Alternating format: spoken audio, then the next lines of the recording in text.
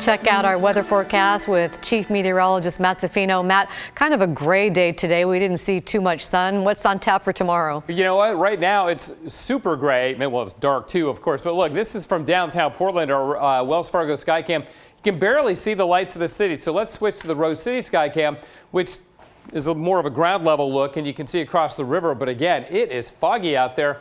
45 degrees right now, though, and it's going to be foggy overnight. The visibility is not terrible yet. 2 miles at the airport, but it's under a mile in Hillsborough.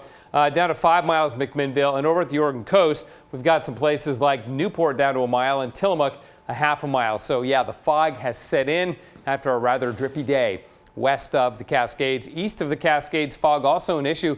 Malheur, Harney, and Baker counties all under a dense fog advisory until we go into tomorrow at 1 o'clock, because it's going to take a while for that fog to kind of lift a little bit. Now, off the coast, we're seeing some green, indicating that, hey, it's raining, but I think most of that is not even reaching the ground. We've got west-northwesterly flow over us, and we will see another system come in tomorrow that's going to bring us rain again, and this one looks a little more robust than what we got today, a paltry 3/100 of an inch. A little bit more at Tillamook, 1/1300 of an inch, even up at Quileute, Washington, only 2,900. So this was not a very big system. 47 was our high today. It's close to average for this state. 53 in Salem, and you can see where the fog was. Burns, Baker City, staying in the 20s this afternoon. So here's this system coming our way right now, but the bulk of this will arrive during the late afternoon and evening hours tomorrow. That's when it's going to get rainy, and the rain will be heavier with that system than what we got today. And you can see on Futurecast how this goes. We'll roll it right through Thursday morning, and we still have rain over us, but after that, it dries out, and it stays dry for a long time, right through the weekend, right through at least the middle of next week, and possibly longer. So we'll pick up some east wind, but a lot of clear sky coming our way with relatively warm temperatures, as you'll see, into the mid-50s, I think, over the weekend. Rainfall from this next system, about a half an inch in Portland, more on the coast, which is respectable for this time of the year. We'll take that. That's up until Friday morning. And then after that, again, we let the clock roll and nothing. That, again, an indication of how dry it's going to be. So tomorrow, cloudy and foggy in the morning.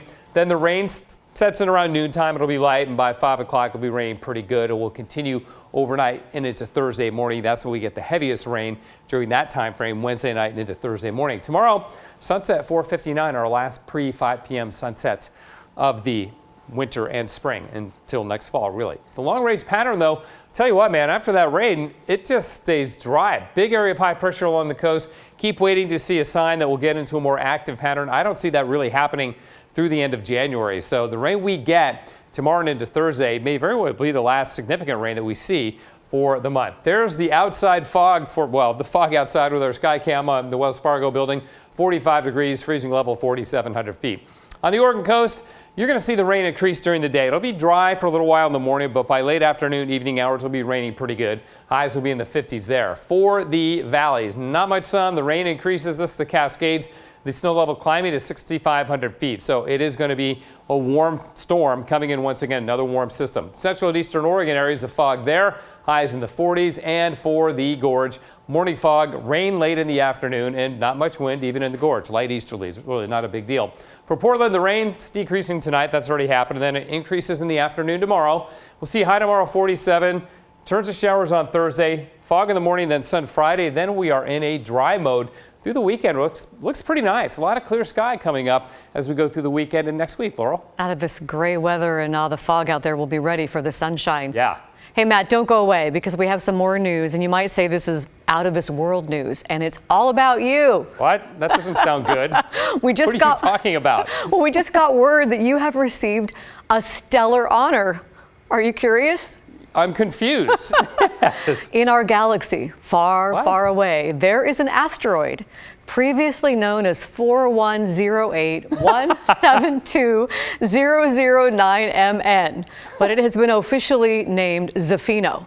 For now, how did that happen? And all time. Well, let me tell you a little bit more about this asteroid, Zaffino. Boy, what a scary looking asteroid.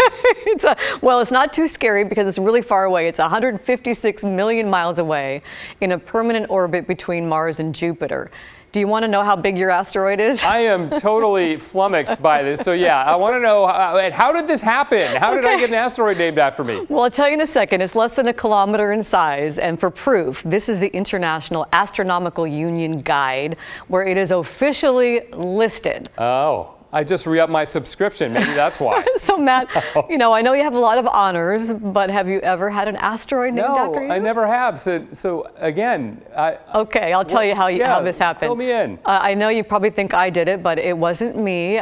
Jim Young, who you may know, is a seaside astronomer, and in 2009, from the Jet Propulsion Lab's Table Mountain Observatory, he discovered this asteroid, and he submitted your name as its namesake. And we have to say, we are assured, Jim assures us this is in no way like that movie, Don't Look Up, where the asteroid hits Earth. Well, Zafino poses no danger to us Earthlings. So Jim and Karen, his wife Karen Young, they live out at Seaside. And Jim, as you mentioned, JPL, a very accomplished astrophysicist, takes great pictures now. We email back and forth all the time when there's a comet or the Northern Lights.